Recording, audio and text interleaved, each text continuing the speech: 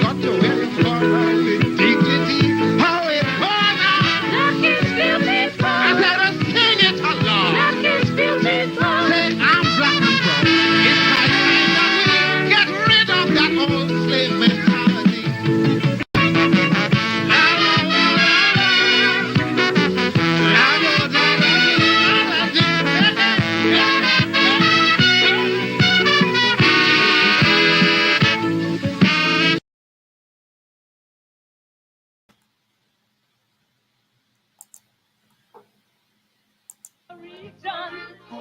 And yet we can't see them perpetrators who created this whole new world.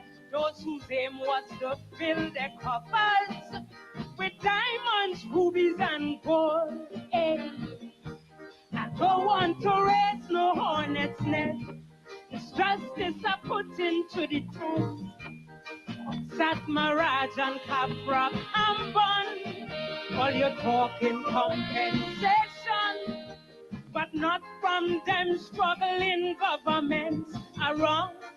That's wrong. Tell Europe to pay we back for the centuries of labor. Pay we back for the licks and the torture aid.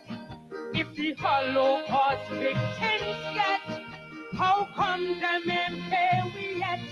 Come on and pay we back for slavery and indenture. Pay we back for the ills that we suffer. It's high time to pay some reparation to the Caribbean. It's high time that they pay some compensation. Thank you. Oh, yeah, yeah.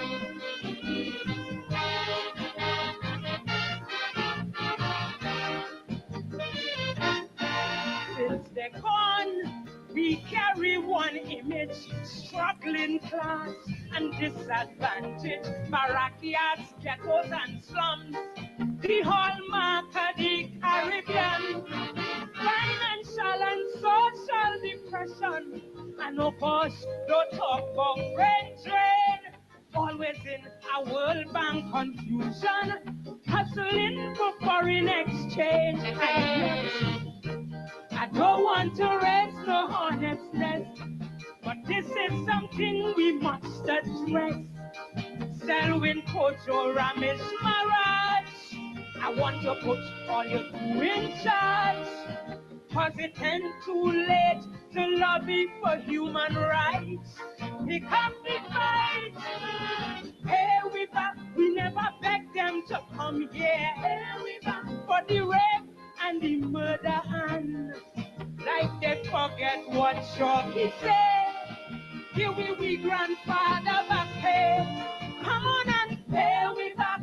The Caribbean call it pay we back, because a payment outstanding is high time to pay some reparation to this suffering Caribbean.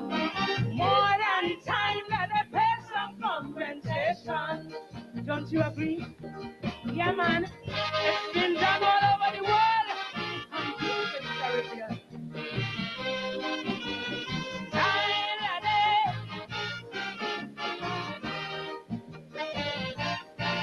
Tell me, how could the Caribbean survive the competition, the harsh economic race? They keep slamming doors in we face. We bananas, beaches and culture, we forever hustling to sell. Put this on CARICOM agenda and let them know we ain't doing too well. I don't want to raise for hornet's nest, but the Japanese victims get redress.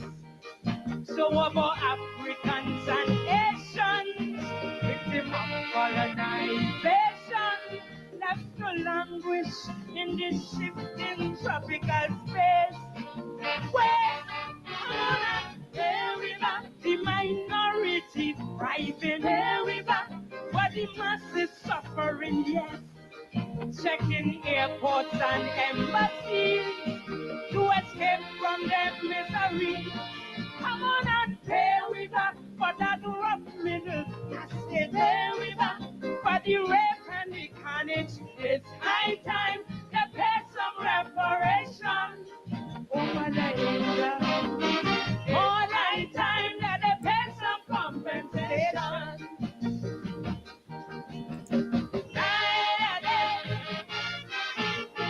Oh, yeah, yeah.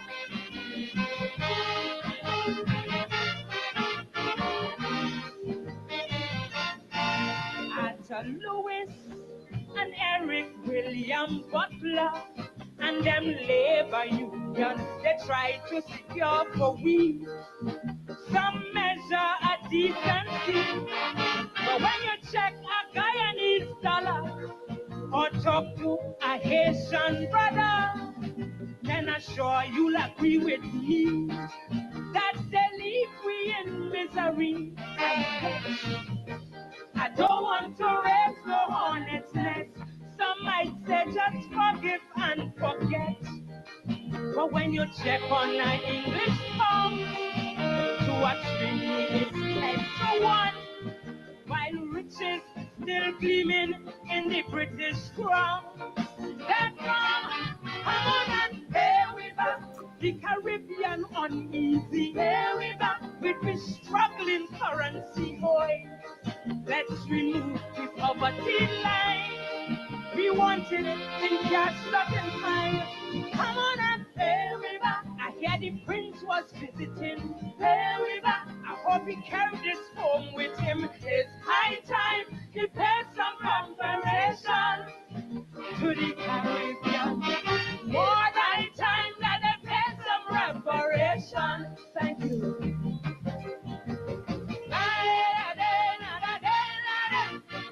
Oh, yeah, yeah.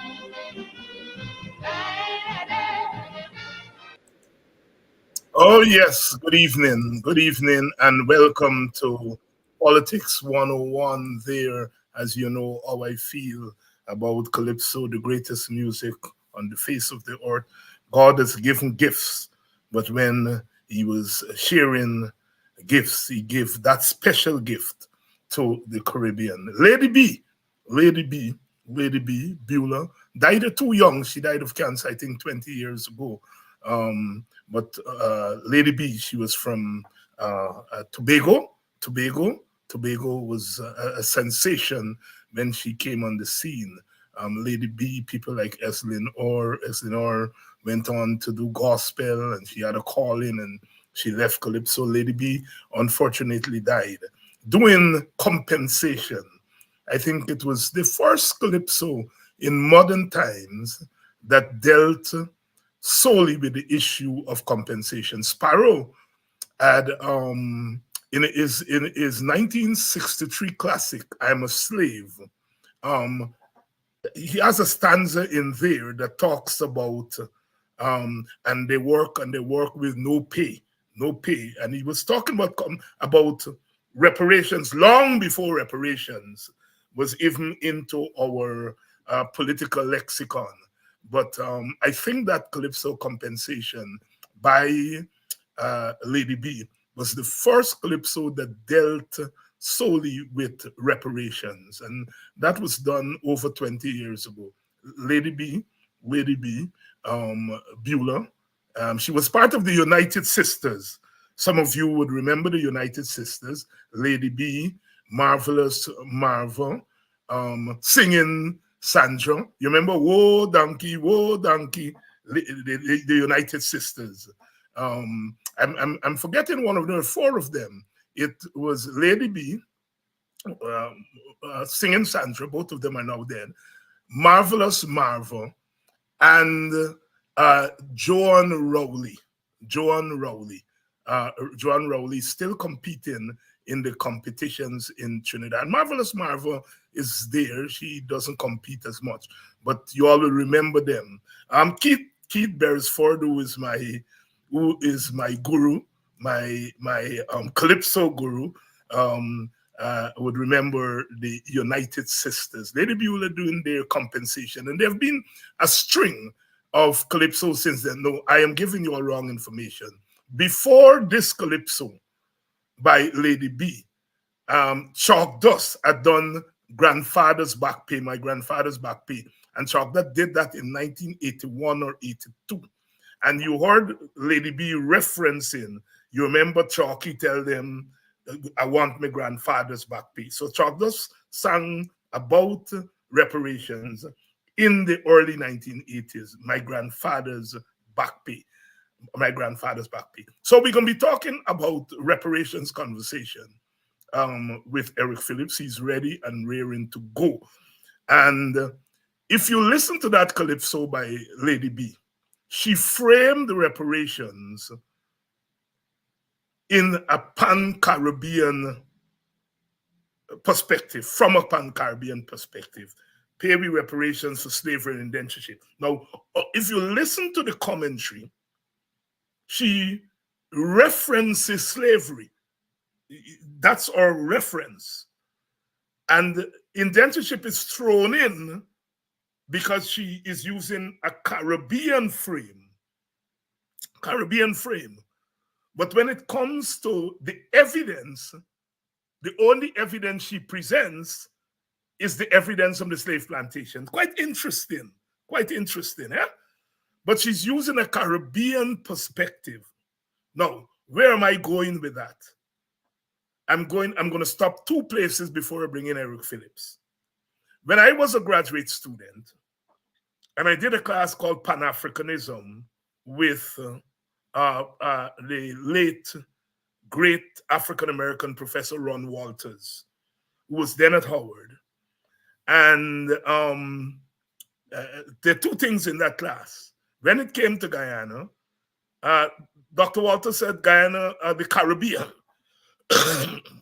is a very difficult place to talk about Pan-Africanism because of the multiracial nature of the society and because of the creolization. It is very difficult to talk about Pan-Africanism. And he said our Pan-Africanism in the Caribbean is more of a class Pan-Africanism. But it also has some connotations. And he gave the example of Burnham and Guyana. And he had written a book on that we were using in the class on Pan-Africanism. And he said to African American freedom fighters, Burnham was the third world leader who was most open to African Americans and others coming. They went to Ghana after Nkrumah came to power in 1957. And then when Nkrumah was overthrown in 1964, some of them went to Tanzania and the rest of them came to Guyana. So Burnham was open to African freedom fighters. He was playing an important role in Southern Africa. And then you have Guyana, who is the father of Guyanese and West Indian Pan-Africanism, father of West Indian and Guyanese and Caribbean Black Power. ASCRE, which was formed in 1964, predated the Black Power movement. Black Power movement came on stream in the Caribbean in 1968, but ASCRE was formed in 1964. And so Guyana is seen as the pioneer in organized Black Power and Pan-Africanism. And then you have Walter Rodney, who is, at that time, was the rock star when it came to Black Power and Pan-Africanism, right? Known on the continent for his work there in Africa, known in Jamaica, known in the United States, and of course, Guyana. And Dr. Walters said, if you are a Black powerist, a Black nationalist in America, you don't know what to do with Guyana. Because here you have these three personalities, and you have two of them in one party, Burnham in the government, and they're fighting. And two Black Americans, Burnham, Rodney, and Guyana, all three of them meant a great deal. So he said, Guyana and the Caribbean is a difficult place. So he asked me to take the class. And I took the class. The students were a little bit thing, but Dr. Walters had known that I was from Guyana and that I had known Rodney and Guyana and was part of the movement and so on. So I wanted to say that, right? That Pan-Africanism and Black nationalism, when it comes to the Caribbean, because of the way in which the races and the ethnicities are there and they're mixed up, it is difficult to really articulate. So when we talk about Pan-Africanism and Black nationalism from a Caribbean standpoint, we are talking about a class-based Black nationalism, that Rodney saw Black power as including Indian people, Indian as in Indian to Indo-Trinidadians, Indian, Guyanese, etc. He saw them as part of Pan-Africanism. And in 1970, during the Trinidad Revolution, Black Power Revolution, Geddes Granger and the NJAC people, they went down into the cane fields and the Indian communities. They marched there and they brought some Indians with them into the march. So they also subscribed to a Caribbean Black Power that was class-based rather than race-based. You see, in America, there's no class-based Pan-Africanism. Black is black, right? Black is black, right? Whereas being the Caribbean, in Jamaica, we would call a mulatto mixed person, a brown man. In America, he's a black man, W.B. Du Bois. I mean, a brown man if he was in Jamaica, but he's black. So I wanted to stop there to say, and okay, so where I'm going with that. This week, Eric Phillips wrote a letter in the newspaper. Every now and again, there's what you call a bombshell letter that jolts everybody to their senses. And he wrote this letter this week in the newspapers. And I saw it tonight, and I, of course, shared it on my paid Facebook pages, my website, and so on, because I sense from the time I read the first paragraph, I sense it was one of those bombshell moments, and so I shared it. Now, what is Eric arguing? What is Eric arguing in that piece? That piece. I'm trying to get it up on the screen here for you all so that you can see it. This is my headline. Eric Phillips called for separate CARICOM reparation commissions for indentureship and colonialism. And Eric is arguing that, look, we have to deal with four phenomena in the Caribbean. We have to deal with genocide against Native Indians. We have to deal with chattel slavery and everything that came with that. We have to deal with indentureship, and then we have to deal with colonialism. And you know, I have been a university teacher for over 30-odd years, right? And I've taught all of those things. But the way in which Eric framed it, I had never really seen it that way, because I'm teaching Caribbean politics or Black politics. And there's a way when, we scholars do, we kind of conflate everything, and we don't always problematize the thing. And it occurred to me that there is something in common with all four of those constructs, in that they include oppression.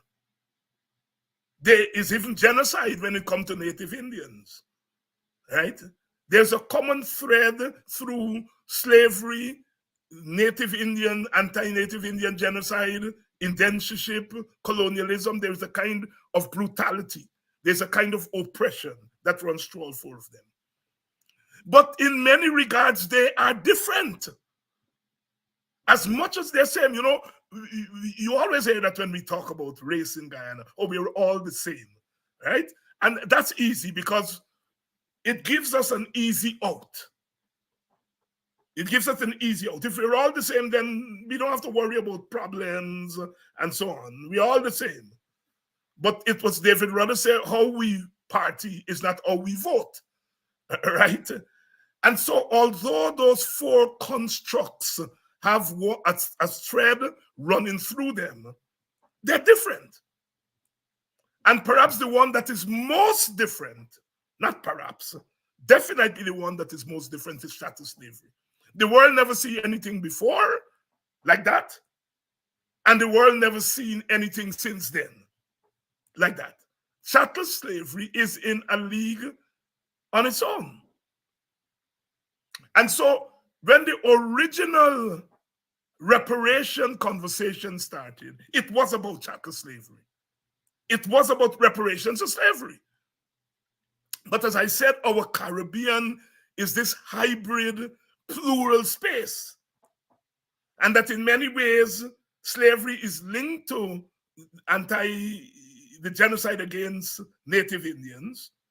It is linked to indentureship, because slavery in many regards, the end of slavery, emancipation, meant all those who were coming after us did not come as slaves.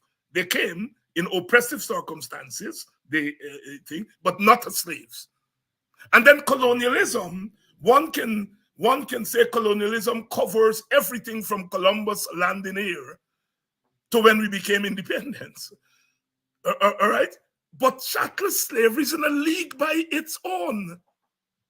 I remember once writing that it was emancipation article, and I had in mind young people, and so I said, you know, one of the things about slavery is if the master feel you behave badly, cut off your finger or cut off your ears. And I got a call from Andaye, the late Andaye, who was very thoughtful, very harsh on you when you write things. So I said, Lord God, what did I write here now that Andaye? She said, no. She wants to know what was going through my mind when I gave that example, when I wrote that. And I said, I was thinking about the new generation who may not understand that slavery is in a league by itself. And she said, well, you've accomplished that because in all our years of trying to do what I am doing, which is trying to explain slavery without offending others, she had never gotten that sweet spot that I found there, right? And I think when you write things and you do not necessarily know that you hit a spot until somebody else tells you that you hit a spot. And when I read back what I read, I said, but Andaye makes a lot of sense. I mean, under indentureship, the master, the plantation owner or manager cut off your finger, you gotta face the law. You gotta face the law. Under slavery, he didn't have to face the law, you were his property. And so therefore, Eric brought us back down to earth. And to say, first of all, when CARICOM framed the thing about reparation, they include genocide against Native Indians along with slavery. And now CARICOM has added to that list indentureship and colonialism. And what Eric is arguing, which I completely agree with, is that there is need for compensation for all four. But that need for compensation for all four has to take into consideration that one of the four was in a league by its own. And so therefore, that is what brought us to this program tonight. We have had our conversations only last year when the British people visited the family that owned slaves, visited, and they apologized. And there was, a tendency to twin or to marry slavery and indentureship. And we had a big conversation over it. And we were able to push back those who were trying to say the two are the same. The next day, none other than Kit Nascimento, who is one of those who would tend to lump all the same. Tito Nascimento is Portuguese. And in ethnic studies, there's something what we call the middlemen.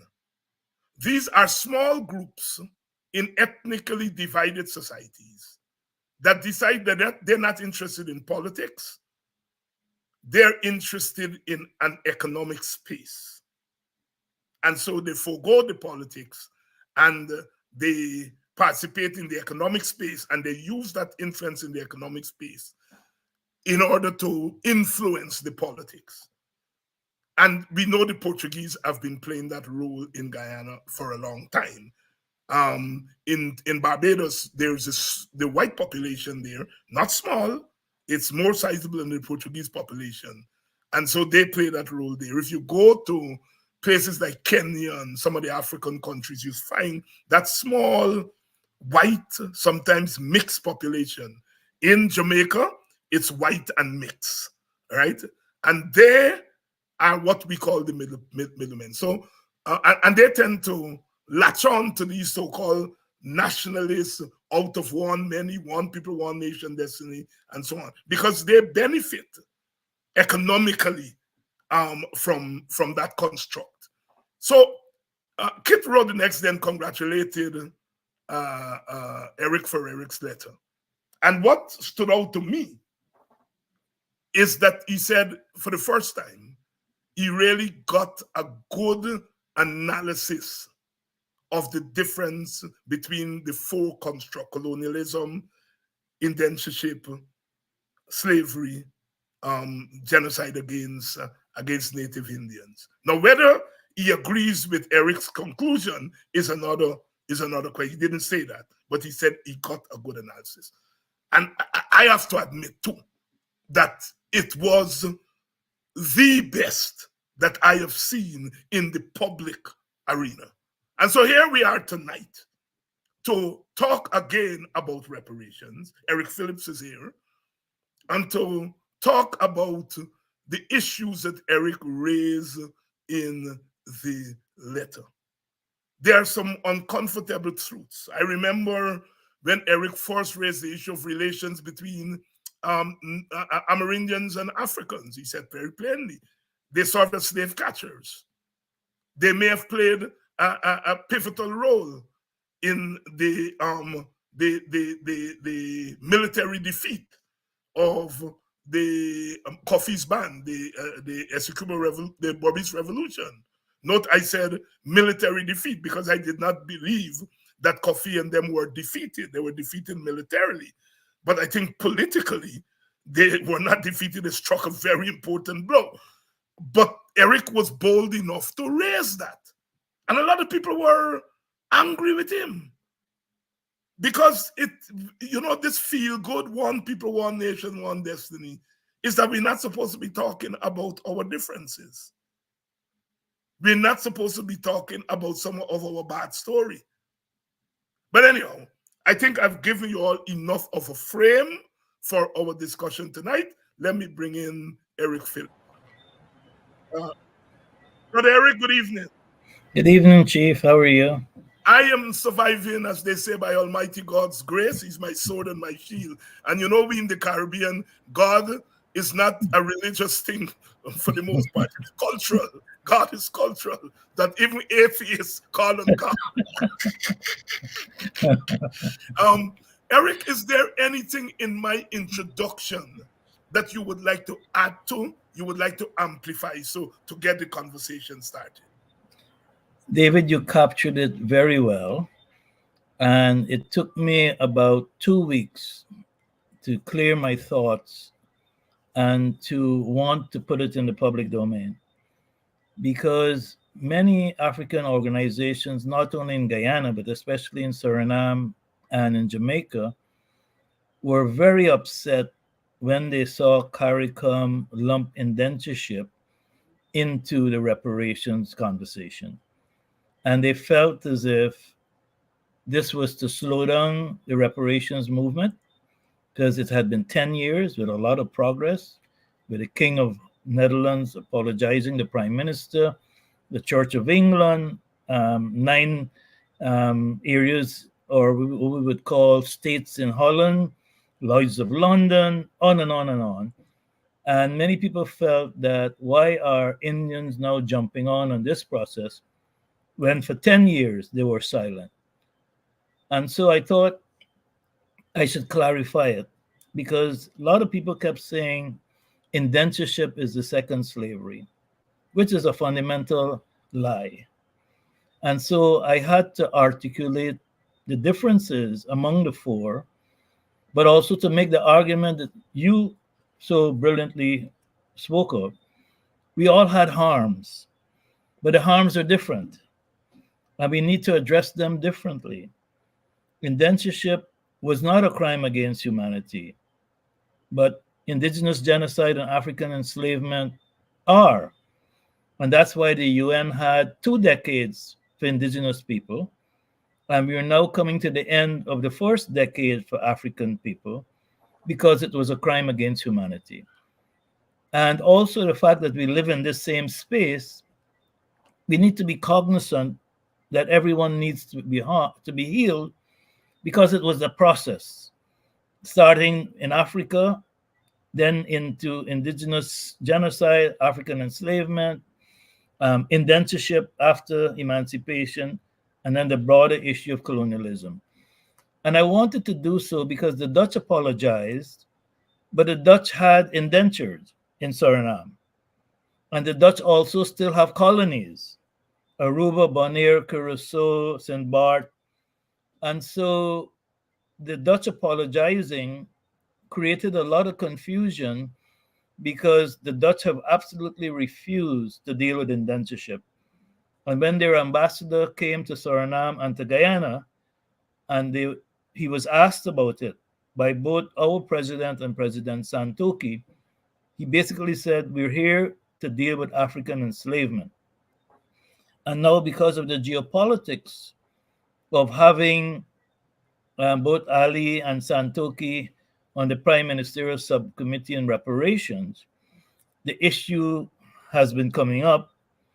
And Professor Vereen Shepherd, as well as Sir Hilary Beckles, who is the Vice Chancellor of the University of the West Indies, have been under a lot of pressure by the Indo-Caribbean Diaspora Network by basically saying that for the last 10 years, you've been dealing with Black people business. What about our harms?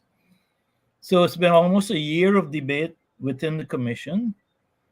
And ultimately, the commission reports to the Prime Ministerial Subcommittee, which is comprised of Barbados, chaired by Mia Motley, St. Vincent, Prime Minister Gonzalez, Suriname, Santoki, Guyana, Ali, and Haiti, of all groups. And they have been given the right by CARICOM to manage the reparations issue. And so they asked us to look at how it can be broadened. And we did that. So we spent 4 days in Jamaica last month rewriting the 10-point plan because it's been a decade and lots of things have happened, to include the diaspora, to include women. And so the whole issue of how do you include indentureship, how do you deal with colonization, especially since the Dutch still have colonies.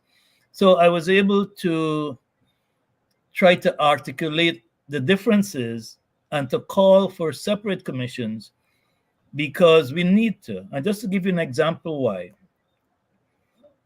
Rihanna, everybody knows about Rihanna. Guyanese mother, Barbadian father. Name is Fenty. Fenty is Irish. And most people forget that 50,000 indentured servants went to Barbados. Yeah.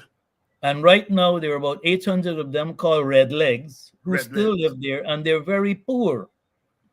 So if you mix that indentureship into indigenous genocide and African enslavement, chattel slavery, which are crimes, then you reach a situation of total confusion and total delays because you can't go to the courts and fight a crime against humanity and add at the back of it a contract dispute. Yeah.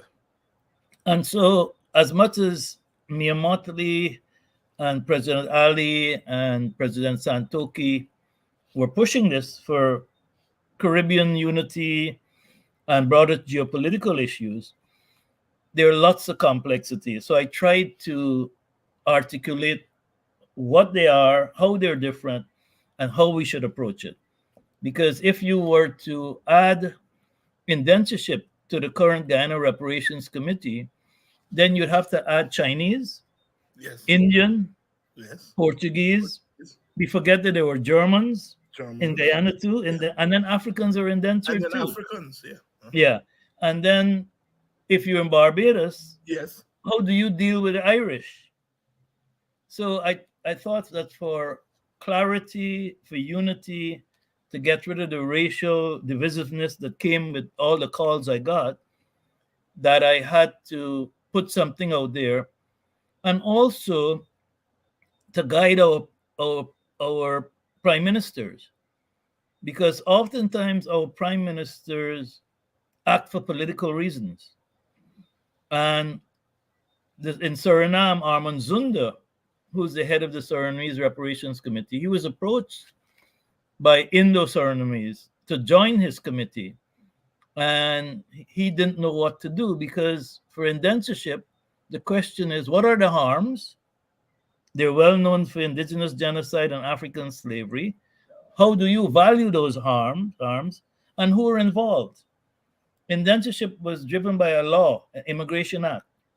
It didn't start in the Caribbean. It started in Mauritius and Seychelles and Fiji and South Africa. That's where Gandhi was in South Africa. And so you're dealing with the British and to some extent the Dutch and those countries and India, because it was passed in the Indian parliament and passed by the Indian government. And as you said, there were a lot of regulations: your food, your religion, your pay, what you got after, the length of time. And although African enslavement was a collective punishment, in essence, indentureship, you signed individual contracts. And you had to go in front of a lawyer to say that you were going willingly. And then you had to go under 3 medical tests before they put you on the ship. So they're so fundamentally different. They happened in different time periods. As you said, after emancipation, they came as freed people, not as enslaved. So that's what I tried to do, because it was getting very rambunctious. And I thought that we're mature enough to start speaking honestly about our history. And if we do that, then we have to have separate commissions. Separate commissions. And that point I want to be hammered in, so that those who are standing on the sidelines to say, Eric Phillips don't want East Indians to get reparations. Eric Phillips is saying very clearly here that there needs to be a commission for compensation and reparations for indentureship, because there was harm done to Indian people. But he's arguing strenuously that if you lump indentureship with slavery and genocide against Native Indians and then put colonialism in on that, then you begin to lose focus. You begin to lose focus. And as I said in my introduction, the complexity of the Caribbean is those of us who study the Caribbean, teach the Caribbean, Eric, you know that very well because you study it, you teach it, know that it's not an easy space to deal with at all. It's not an easy space. You're talking about ethnic differences, racial differences, national differences, but running through that is a thread of sameness. And sameness is a wonderful thing, but sameness is also a very boring thing. If all of us were 5 feet 10 inches, what the world would have been? It would have been a boring place. So although we tend to talk about sameness, we don't always recognize that our sameness really arises out of that human beings define ourselves not by sameness, but by difference. I am tall, and in saying I'm tall is because I'm not short. That's what I'm saying. I am fat. In effect, what I'm saying is that I'm not MAGA. I ain't thin, right? I like tall, dark men. You know, some women like to say that you are prejudiced against short men who are not dark. So, I mean, we define ourselves every day by our differences. I don't like spicy food. What you're saying, you're prejudiced against spicy food. And so we define ourselves by our differences. And so difference is not a bad thing. What is bad is when people exploit differences, Yes. as they did during slavery. Exploit, exploit, exploit differences, skin color difference, and they Yes. give meaning to it. That's what they did. They said this color got religious meaning, it got economic meaning, it got political meaning, it got sexual meaning, it got all kinds of things, and they put meaning to it. So it is not the difference between black and white and brown that's the problem. It's the meaning we give to blackness or brownness or whiteness. You see? And so, therefore, I want you all to hear what Eric Phillips is saying here tonight. What we need are different commissions.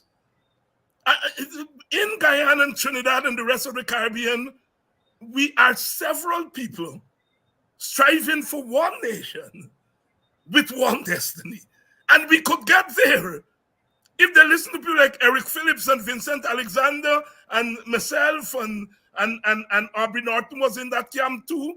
2 decades ago, 3 decades ago, we could have been halfway down the road, because we said the way you deal with our differences is not to deny it, but to accommodate it in the governance system, right? Yes. With all due respect to us, Guyana raised it way back in 1961, long before Aaron Lepard, who is now the leading scholar, raised it, long before Sir Arthur Lewis wrote his seminal book in 1965. So, Eric, I just want to thank you for bringing this matter into the open again, and because we have to settle it. We have to settle it. Now, let me ask you, if we were to go down the road that you are suggesting, separate commissions, what would it look like? I'm always amazed at your ability to chart things out and think. Tell us what it would look like. We have a structure right now for indigenous genocide and African slavery. Mm-hmm. I would see a separate committee, and it could even be managed by the Prime Ministerial Subcommittee on Reparations, which is the umbrella group. And it indeed has Guyana and Suriname, which has this multiracial thing. And then each country could have a committee. Mm-hmm. And they would do their history, because part of the proof is a corrective history of indentureship in Guyana, which is different than in Suriname and different in Trinidad. And you bring the facts together, similar to what we did in this book, which is the Guyana reparations story for people of African descent. And so you articulate the history, you document it, and then you could use that as the basis for identifying the harms, and then you could value it. But these committees, you have one in the specific countries in the Caribbean where you had indentureship. You have Suriname, you have Seychelles, you have South Africa. All of these would now be an umbrella group dealing with the same issue, because you're all dealing with the British, India, and Holland. Reparations for indigenous people in African and chattel slavery is 10 countries. It's a crime. It's a different legal strategy. It's a different diplomatic strategy. 10 years of work has been done by CARICOM on the back of over 100 years of reparations work. Now, indentureship has to do that type of work. And it will take time, like it took us, to document it accurately and to start to create a framework. Is there going to be a 10-point plan for indentureship? What are the harms? who pays whom, how do you deal with that? So I think if there's in chemistry, and I always love my German lecturer for this, we had degrees of freedom theory in thermodynamics. He says if you have too much information, you can never solve the problem because some of the information leads you down different paths. If we were to mix reparations with indentureship, it is so broad that you really can't focus on what your strategy should be and how you approach it. But in terms of indentureship, since it can't be a legal case in the sense of a crime against humanity, it's a negotiation, it's a contract negotiation, it's a diplomatic solution. And you need to hear the voices of India because there were 1 million Indians who went on this path. And before coming to Guyana, 500,000 went to Seychelles and Fiji and South Africa. And they had a different experience because it's a different cultural environment. And the benefits were different in terms of pay, in terms of duration, and the harms were different. So you have to separate the two. If not, no one will move forward. And there will be racial animosity. And I think that point is well taken. One of the critiques that some of us have been making about our situation in Guyana and the Caribbean and to a large extent in the United States of America is that Indian people do not understand, by and large, the African problem. Portuguese people don't. Africans have a better sense of the problems of others because because of the nature of slavery itself. Yeah. I mean, you had to understand white people in order to beat them and to overcome that institution that they were using. You really had to understand them in a way that they didn't have to understand you because you were chattel. Yeah. You are not people. So, you don't have to understand your property. You have to understand the value of your property. But that's your property. Right. But so, in that sense, Africans, by necessity, had to have a sense. We had to have a sense of Indians and Portuguese and Chinese because they came. And immediately as they came, they were pitted in conflict with Africans and so forth. So I'm not saying that Africans are unique. There's something God put in African people's head. It is the circumstances. But the critique is that we don't have an understanding, a thorough understanding of the nature of our ethnic communities. And I know you have been pushing for this. And the late Walter Rodney had begun to address it. And that is in our education system. Yeah. It's not just saying Indians came from India, Africans came from Africa, but we need to do a critical analysis for our children to understand it was not just coming, it was coming in certain circumstances. And I think that is where we think, so we become adults and we have notions of each other that is more folklore than actual reality.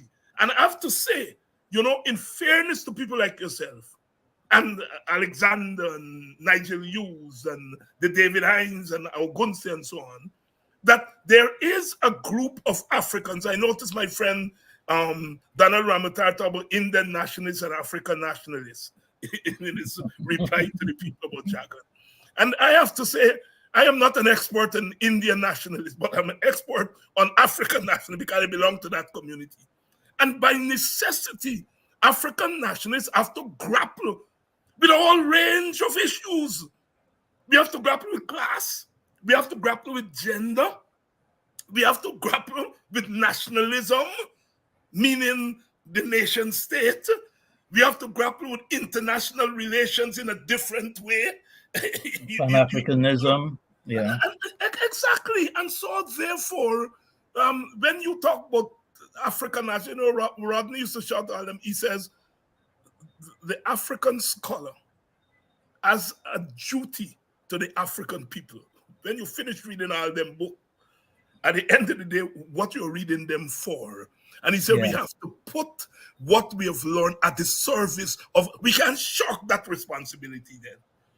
In a sense that they've invested in us. So I hear they talk about African nationalists as some of the other, that's all we are. I know Eric Phillips is an African nationalist, but he's many, many other things, right?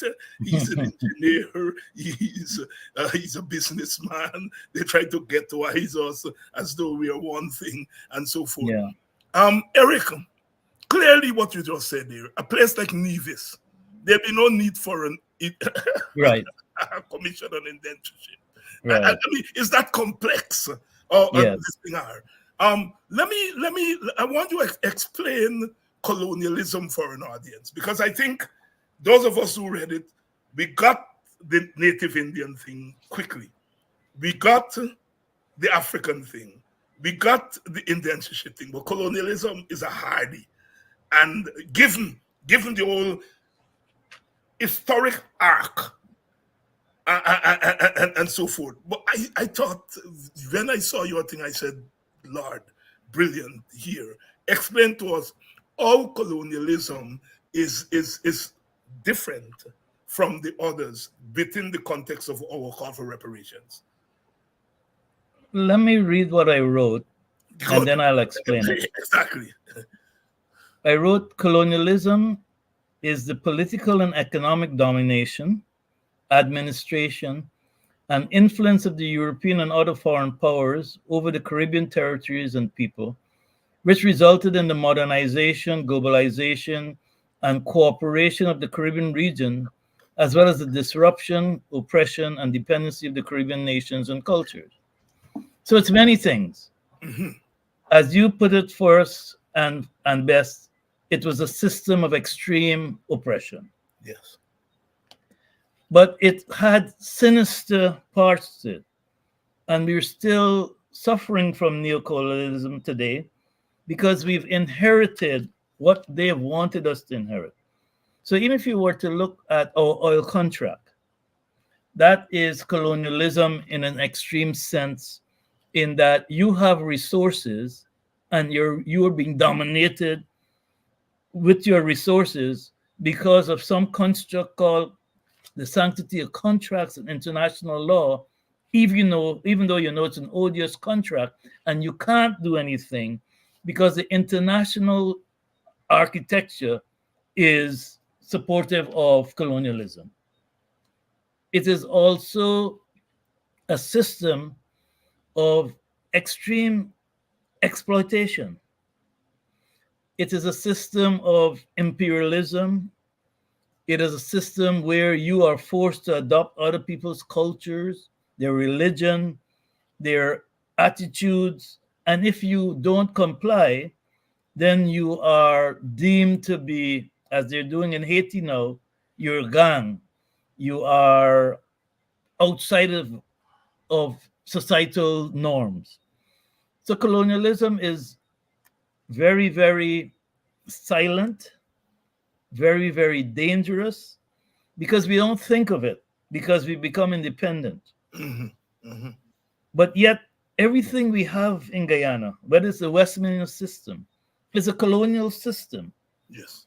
That doesn't suit our needs as a multicultural nation. Because when you say winner take all, that's for a homogeneous society. Yeah. It doesn't matter who wins, you're all the same. But in a winner-take-all system in a place like Guyana, where you have these ethnic groups, it means that there's exclusion and inclusion, and that is against even the philosophy of being one people, one nation, one destiny. So colonialism is what has led to this capitalism that we have, because they're linked. Yeah.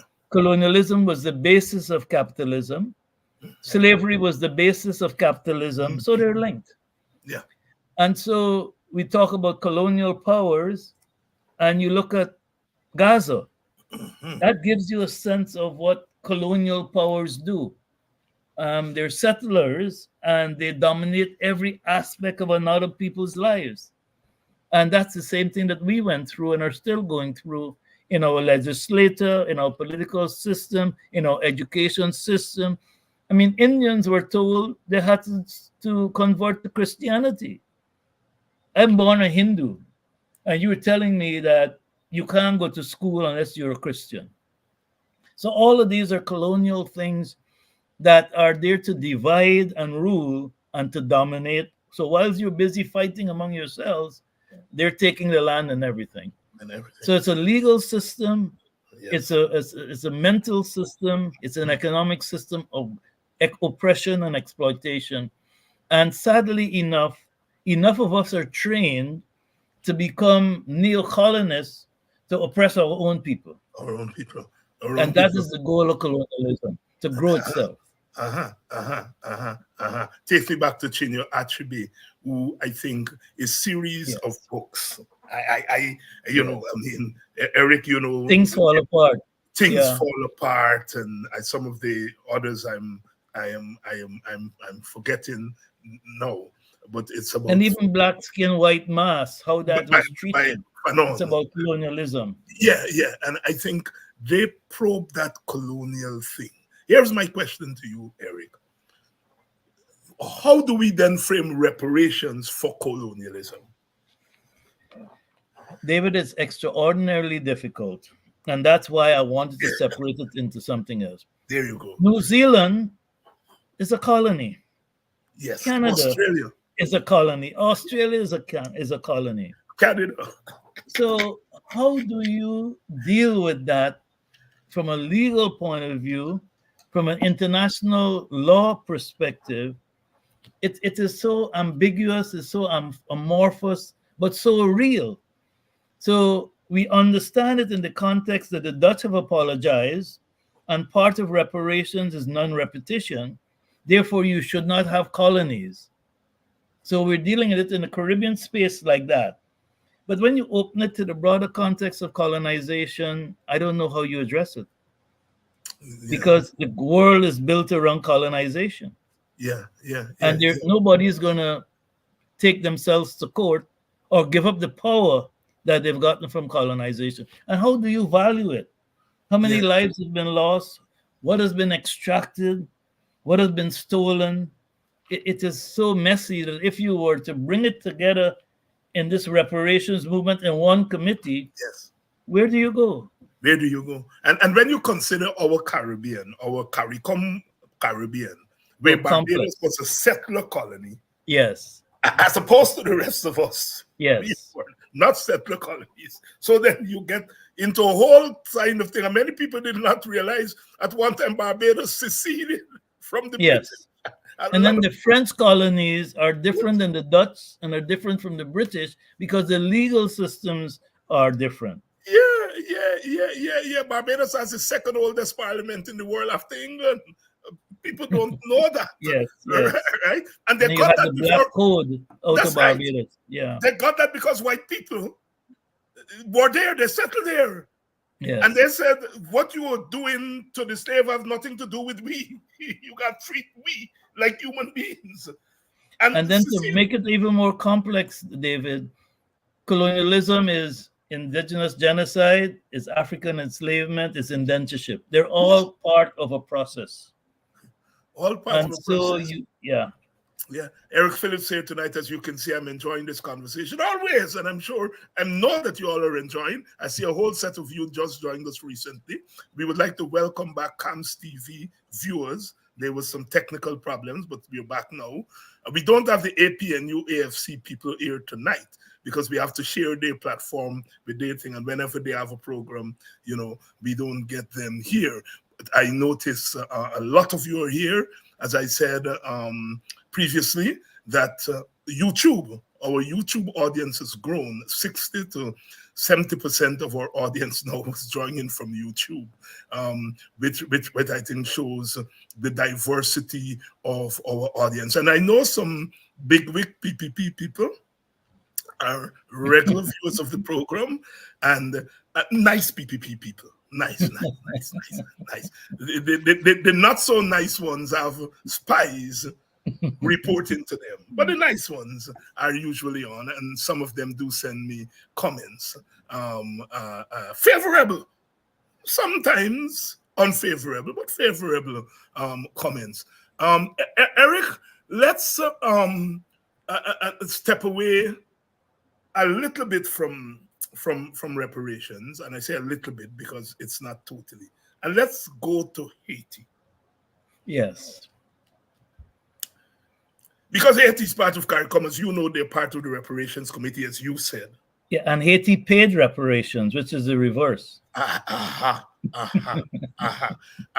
historical fact that our people, Black people in particular, but all Guyanese and Caribbean people must know. You know that Haiti paid reparations. I know when I teach my students who grew up here in Haiti is the poorest country in the hemisphere. And then you go through the history of Haiti. A lot of my students break down sometime and cry.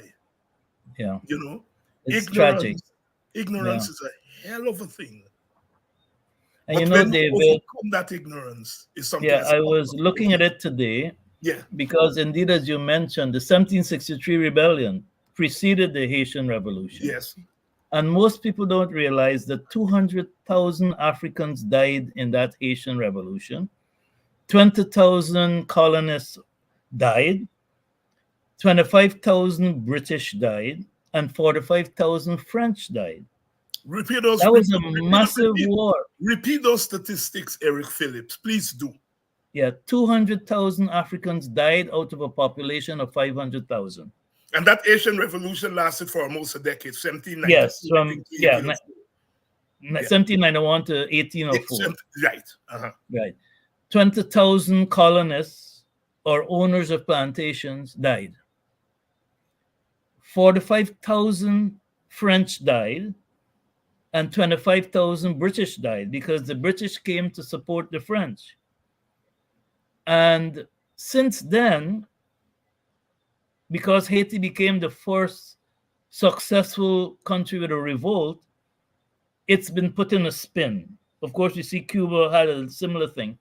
But Haiti was one of the richest countries in the world.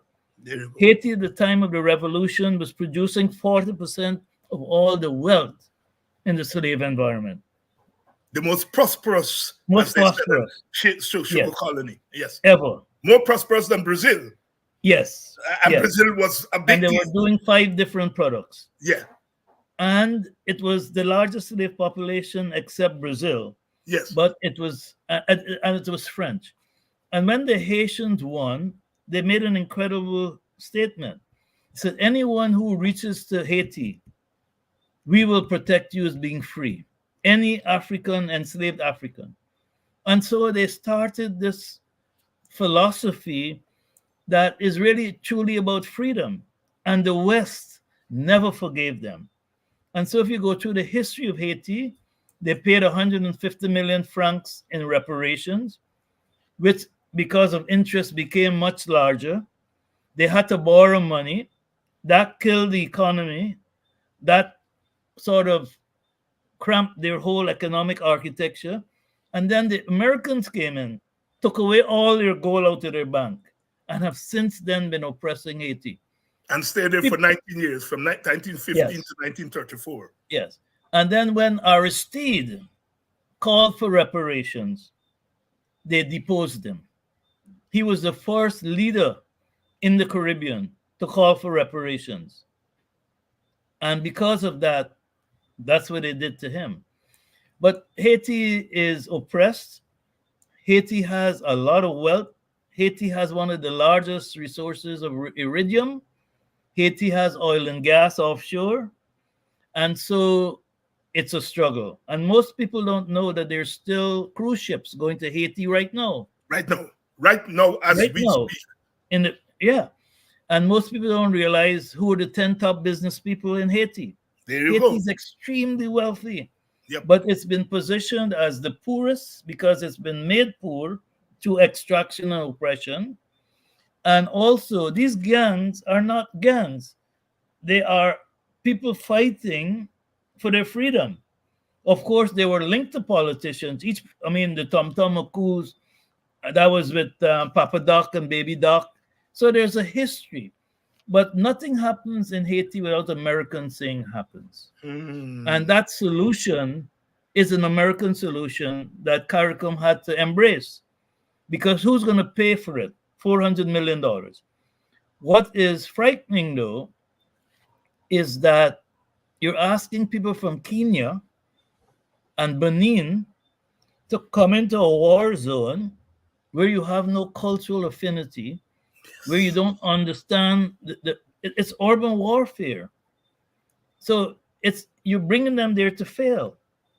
So it's worrisome, but people must realize that Haiti, the lives that are lost in Haiti, and the amount of wealth extracted out of Haiti since 1825. 1825. Yes, the slave ships are going to Labadee. You see how bright, you see how bright the audience here? Yeah, Norwegian, yeah. The Yeah, guys you see how bright our audience is here? I hear people say that, you got breakdown thing for people and so on. What nonsense.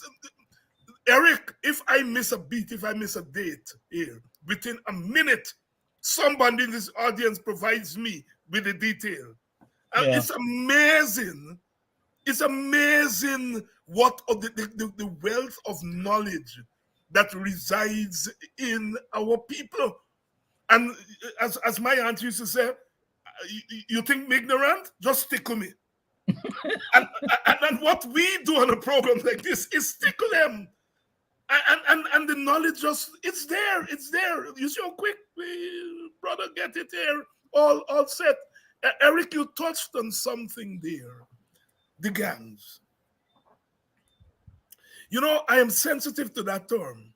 Yes, it's a racial because you know term. how they refer to us who are opposition in Guyana, right? It's a racial term. Racially derogative term. Yes. And they know better. Yeah. And I think this transition, already they're talking who could be part of the transition and who cannot be part of it. Yeah, barbecue cannot be part. Yeah. I want to ask you if you agree that as part of the transition, they've got to sit down with some of those people, those leaders they're calling gang people. Yeah.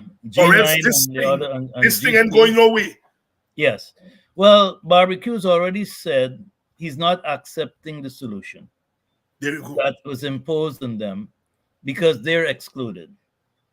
And this is an American philosophy. They always try to exclude the people who died to bring the thing to happen. So Barbecue and all of them, as much as they're gangs and they're involved in other things, how can you leave them out? Because they were previously linked to politicians, and those politicians are going to be part of the council. And all you're doing is creating a win-lose situation, because there should have been some dialogue with them to be part of it, because you can't exclude them. They control 80% of Port-au-Prince. They control the where the food is, And America is smart. They took out all of their people by helicopter. They landed special force and took them out because they know that if the Kenyans come in and the Beninians come in and there is no political architecture to work with them, it's black on black crime. There you go. And the previous experience with these foreign forces, these foreign forces, has not been a good one, and it has left the. There were murders, extrajudicial killings. There's cholera that killed 10,000 people. There's rape. There was stealing of resources. Yeah, it's sad. Sisters and brothers, y'all are hearing it here.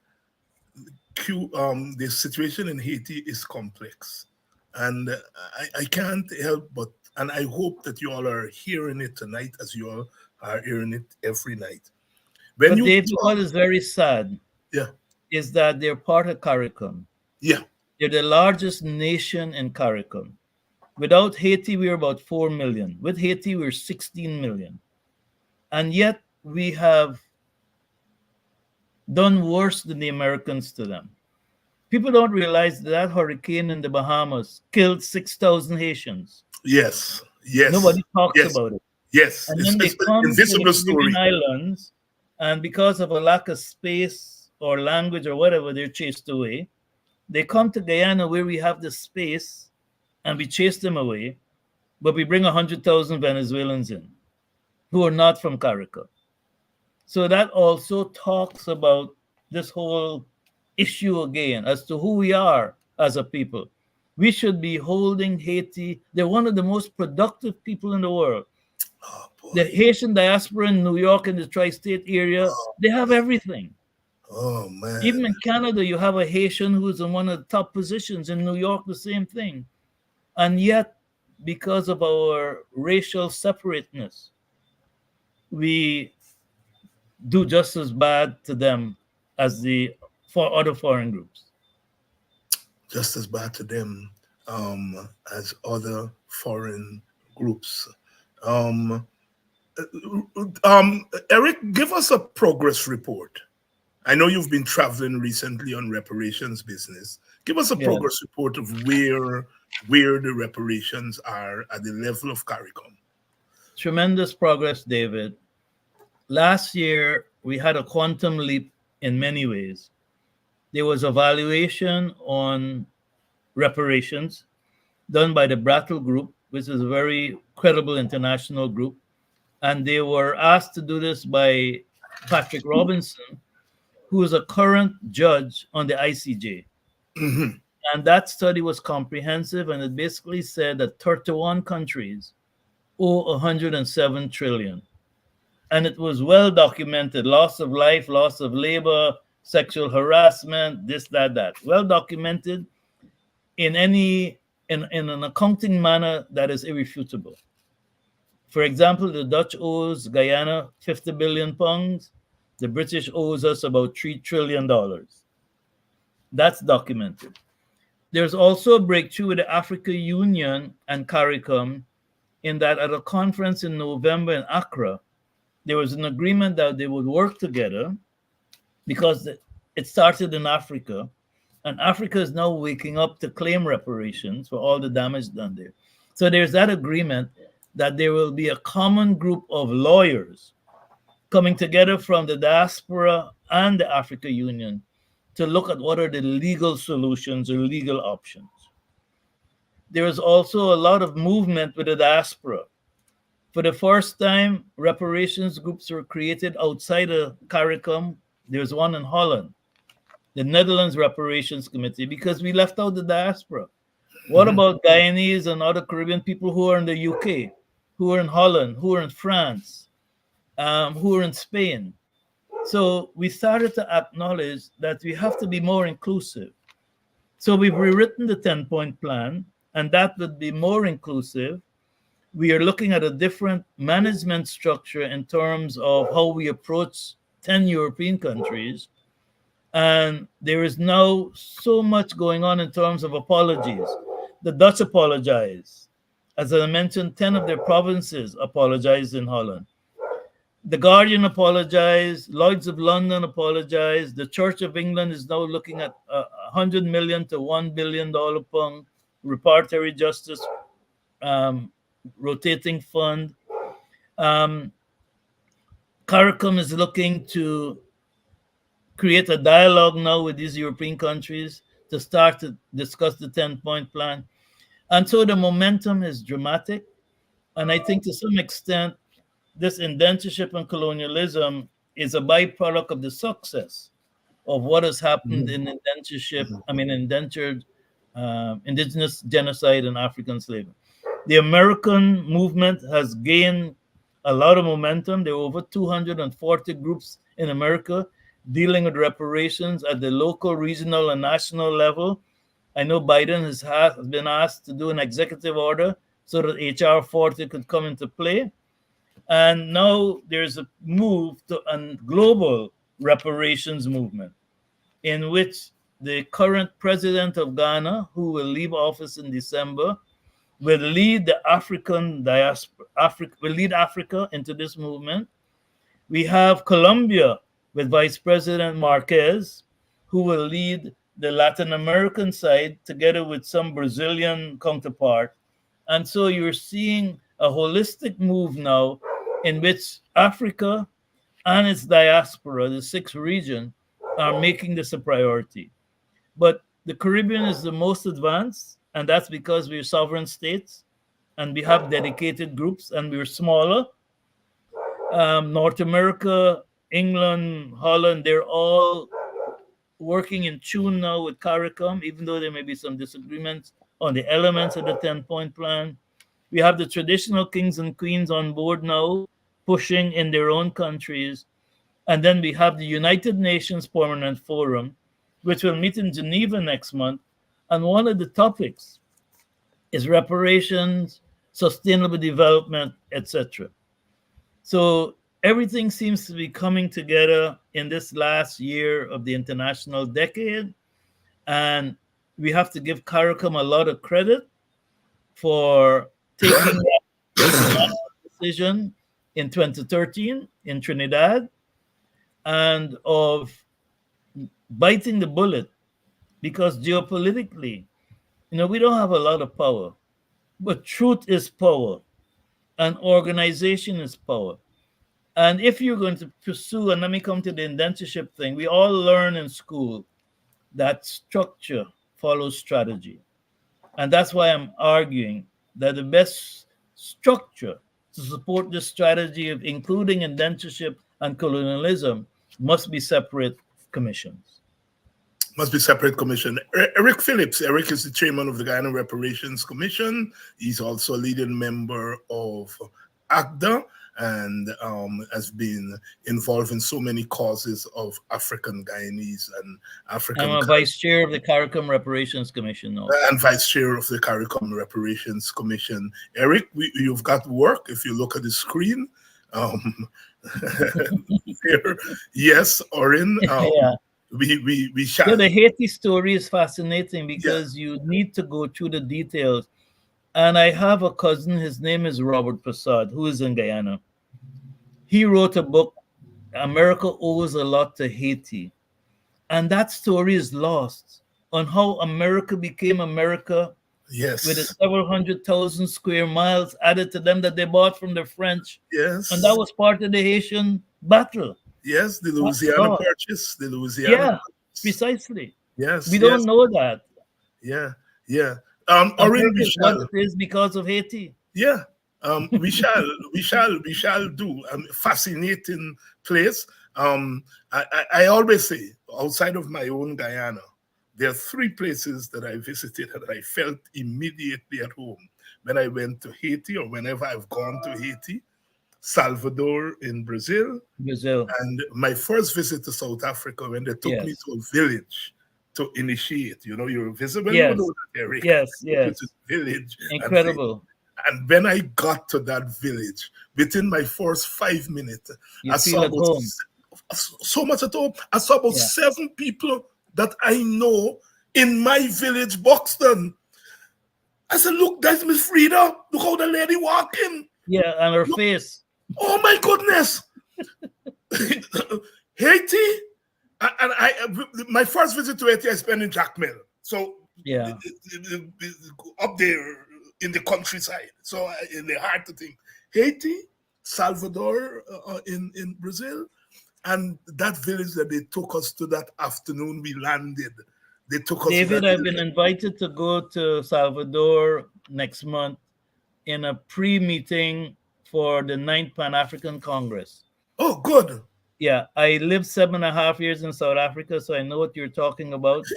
And my stepfather, my mom's second husband, was Haitian, so I spent a lot of time in Cap Haitian. Yes. And when you meet Haitians in New York, it's such a rich culture. They're brilliant people. Yeah. Oh my goodness. I've never met a more resilient people. Never met people. Oh my goodness. I mean, we Guyanese can be resilient, but sometimes we just drop your hand in the air. I have never seen a Asian. Don't feel sorry for me. They always tell you that. Yes. Don't feel sorry for us. If we want to grow food for the whole Caribbean, just bring some Haitians here. Oh yeah. They're incredible agriculturalists and hard workers and full of pride. You know, anything they do, they want to do to the best of their ability, whether it's cleaning the yard or whatever. Mm-hmm, mm-hmm, mm-hmm. Eric Phillips here, of course, and once we get into these talks around the fire, you know, I think it was Merchant who said we sat around the fire chanting, and Bob Marley said, no woman, no cry. He says, I remember we used to sit around the fire sharing cornmeal porridge, of which I share with you. My feet is my only courage. I mean, the artists are really expressing that sitting around the fire. And in a sense, what we do here and what we've been doing here tonight is sitting around the fire and really talking about Black people's business in a dignified way, And that's what I think some of those who would like us to forget about Africa, forget about this, they're talking about India, by the way, and they always talk about India, and they could, because they're Muniram and they're Prashad, they don't have to open their mouth, right? The Mandirs and the Muscadine, they don't have to open their mouth, because the end of slavery ensured that in the context of the oppression, that culturally, they were able to survive. They were intact culturally. Yes, culturally. Economically and politically, they were beaten up like the rest of us. Maybe less, but still beaten up. But culturally, and that is the fundamental difference with the other experience and the African experience. And it's a minor miracle. Some will say a major miracle that we can still stand erect in 2024 and call ourselves African without shame and talk about our history and our connected history, because this is Africa, but Africa in the diaspora, and the diaspora returning to Africa and creating a new diaspora. Yes. And there's a way in which Southern Africa and Eastern Africa was not involved in the slave trade, but because of the diaspora, yes, they are connected. And it's so beautiful to sit and to talk. David, when you go to Kenya, Mombasa, you had the Arab slave trade. And so that's another history altogether. Another story there. I missed that trip, and Eric, you still have to arrange for me. Yes, definitely this year. As Chief Uhuru, I still have to come and complete the cycle. Yes, you have to arrange for, because I missed last year's meeting in Kenya. In Kenya, right. Well, Kenya, I mean, come on, David. When I was growing up, as you were growing up, we said Kenya. Yes. Kenya is a new story. We said Kenya. Yeah, Kenya. Yeah. Eric, thanks very much. Your closing thoughts before you go. I think in the Caribbean, we need to start to recognize each other's contributions and the harms that have been put on us through this evolution of Guyana. And I think if we understand that, we will come to the type of understanding that even though we didn't come in the same ships, because the ships are fundamentally different, that in order to maximize Guyana, we need to find a political solution in which everyone is included and where we have shared benefits, shared responsibility. And if we do that, with the cultural mix we have in Guyana and with the resources we have in Guyana, no country can stop us. You cannot row a boat with one hand. And that's what we're trying to do. And if we do that, not only will the one hand fall off, but the boat will go in all sorts of directions without our control.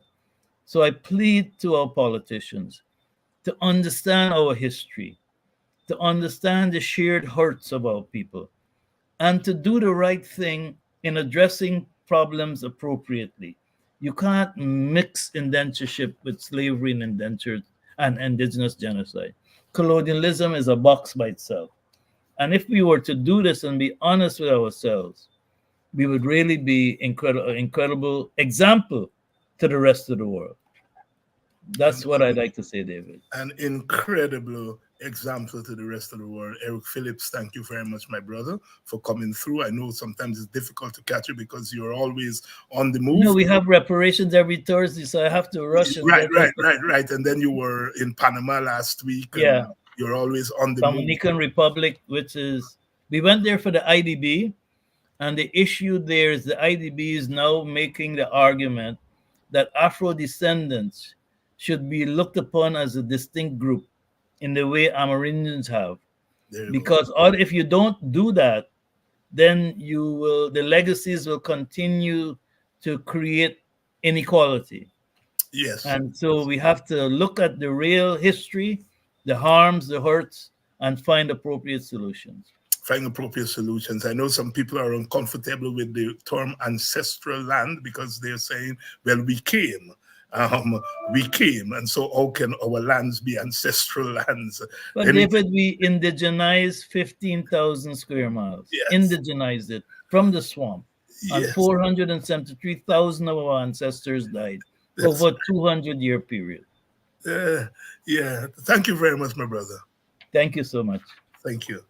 As you all can tell from my demeanor, I love these kinds of conversations, partly because I know what they do for us as a people in terms of our confidence, in terms of our consciousness, and the people who accuse us that we want to socialize Black people to break up the country and these conversations, not to break up the country, we want socialize Black people to own the country as equal parts of Guyana. We want to socialize an African Guyanese population, not to demand more than you deserve, but to demand all you deserve. We want to socialize Black people to believe that they are people, equal people, endowed with all the qualities, all the talents that God and the ancestors have bestowed. We want to socialize Black people to love themselves as a prerequisite to loving others. Loving others. There's a residue of love among African Guyanese. They have to be among Black people anywhere in the world. You don't go through 400 years of enslavement and still hug the descendants of your enslavers. You have to have great love. Great love. And you have to have great love because you're human beings. You're human beings. And we are. And as Bob Marley said, we are what we are, and that's the way it's going to be. You can't educate I for no equal opportunity. No. We have to educate you about what is equality and what is equity and what is justice. Because we were taken to the bottomless pit, as Brother Bob said. The bottomless pit. And here we are to tell the story. And our stories are being told through our voices. Our voices in novels, in books, and in the film, in these podcasts, and whatever you call them. We tell our stories because we continue to have to tell stories. And we ain't backing down. Nobody go run me from where me come from. Me papa must nyam, me daddy must nyam, me picnic must nyam. Nobody go run me from where me come from. Emmanuel McLean, the Antiguan maestro, the great short.